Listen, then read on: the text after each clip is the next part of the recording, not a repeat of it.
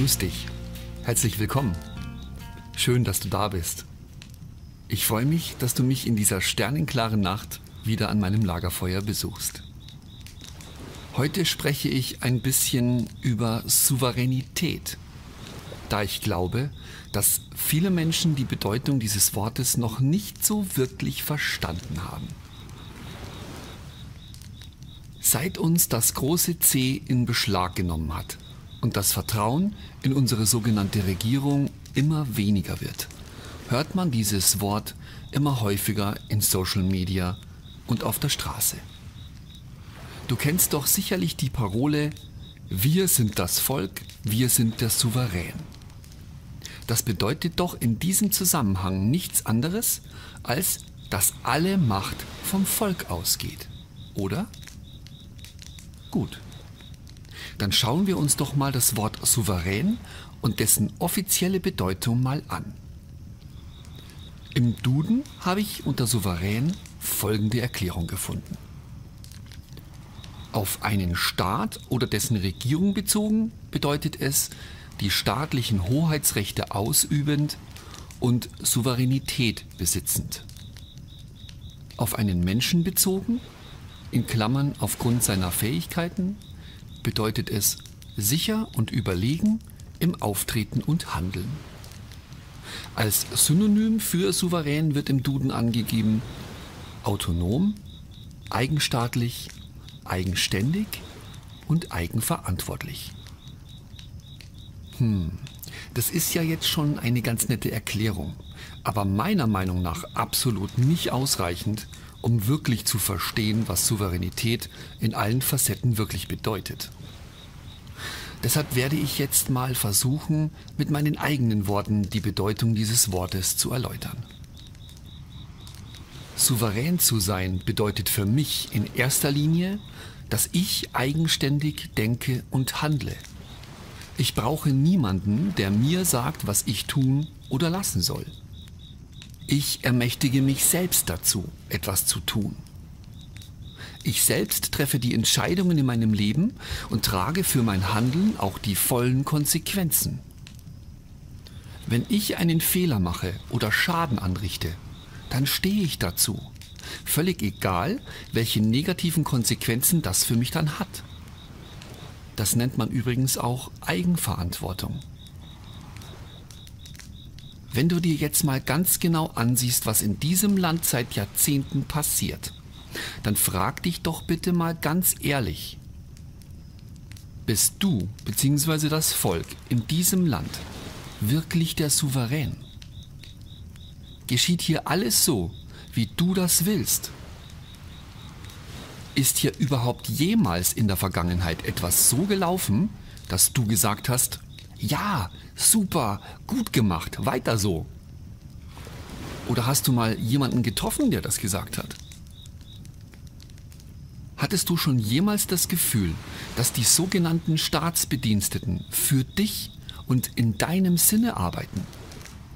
Du bezahlst sie jeden Monat mit einem nicht ganz unbeträchtlichen Betrag von deinem Lohn oder Gehalt in Form von Steuerabgaben. Aber wirst du von ihnen dafür auch wirklich gerecht behandelt? Dir wurde von Kindheit an erzählt, dass du in einer Demokratie lebst. Das beste und gerechteste Staatssystem überhaupt. Denn du hast die freie Wahl und kannst mitbestimmen, wer in deinem Land regiert. Dafür wurden extra für dich verschiedene Parteien gegründet. Alle haben unterschiedliche Parteiprogramme, in denen sie ihre Ziele definiert und ihre Vorstellung festgeschrieben haben, wie sie dieses Land regieren wollen. Damit sie leichter auseinanderzuhalten sind, hat man ihnen der Einfachheit halber nicht nur unterschiedliche Abkürzungen gegeben, sondern sogar unterschiedliche Farben zugewiesen. Jeder sogenannte Staatsbürger hat eine Stimme und alle Stimmen zählen gleich. Ist ja klar, wir sind ja in einer Demokratie.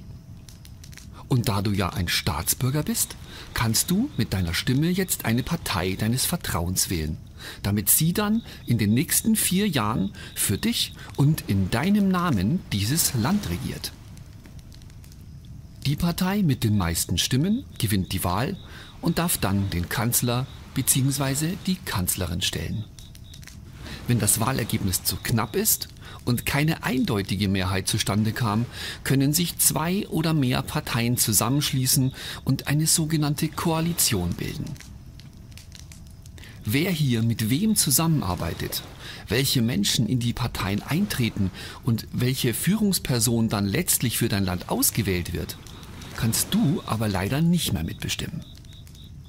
Mit Abgabe deiner Stimme, die du zusammen mit dem Wahlzettel in eine Wahlurne wirfst, stimmst du übrigens auch automatisch zu, dass eine andere Partei gewinnen kann als die, die du gewählt hast. Außerdem stimmst du auch zu, dass sämtliche Parteimitglieder keinerlei Konsequenzen tragen, wenn sie mal Mist bauen. Sie erhalten nämlich die sogenannte politische Immunität. Hast du dich eigentlich mal gefragt, wer dir garantiert, dass deine Stimme auch wirklich korrekt gezählt wird? Welche Instanz kontrolliert und überwacht den Zählvorgang und von wem wird sie bezahlt? Kannst du dir wirklich absolut sicher sein, dass die schön aufbereiteten Ergebnisse im Fernsehen wirklich korrekt sind? Um es mal ganz deutlich zu formulieren.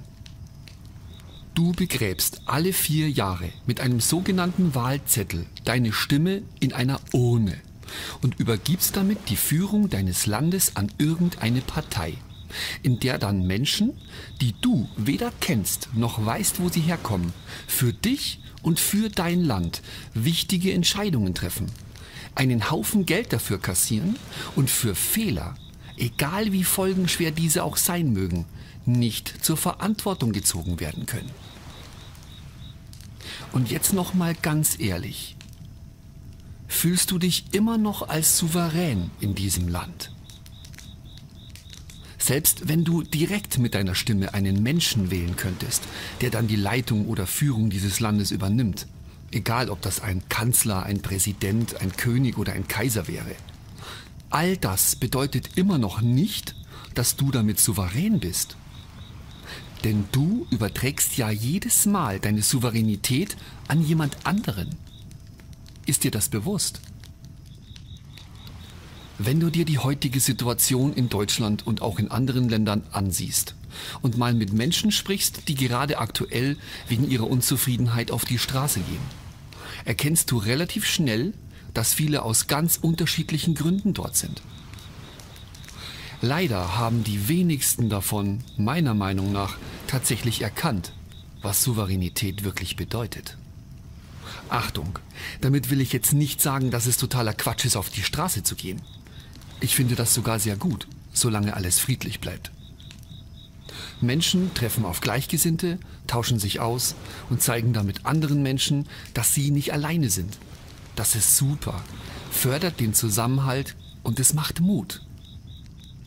Trotzdem denke ich aber, dass nur Spazierengehen alleine nicht ausreichen wird, um eine entscheidende Wendung zu bringen. Besonders nicht, wenn alle am nächsten Tag wieder mit einer Staubschutzmaske im Supermarkt einkaufen oder in der Schlange vor der Teststation stehen, damit sie mit den öffentlichen Verkehrsmitteln zur Arbeit fahren können. Verstehst du, worauf ich hinaus will? Erst wenn du und jeder andere Mensch in diesem Land seine wahre Souveränität wieder zurückerlangt und mit Mut und Entschlossenheit in die Eigenverantwortung geht, kann sich hier wirklich etwas ändern. Das bedeutet, dass du in deinem Alltag klar und konsequent so handelst, wie du das möchtest und zu allem Nein sagst, was komplett unsinnig ist und vielleicht sogar noch deiner Gesundheit schadet. Steh zu 100% zu dir. Völlig egal, welche negativen Auswirkungen vielleicht erstmal auf dich zukommen. Glaub mir, es gibt für alles eine Lösung. Leider zeigt sie sich aber meistens erst dann, wenn du dich klar für eine Richtung entschieden hast und auch entsprechend handelst. Ich weiß, dass das viel Mut erfordert, aber du bist nicht allein.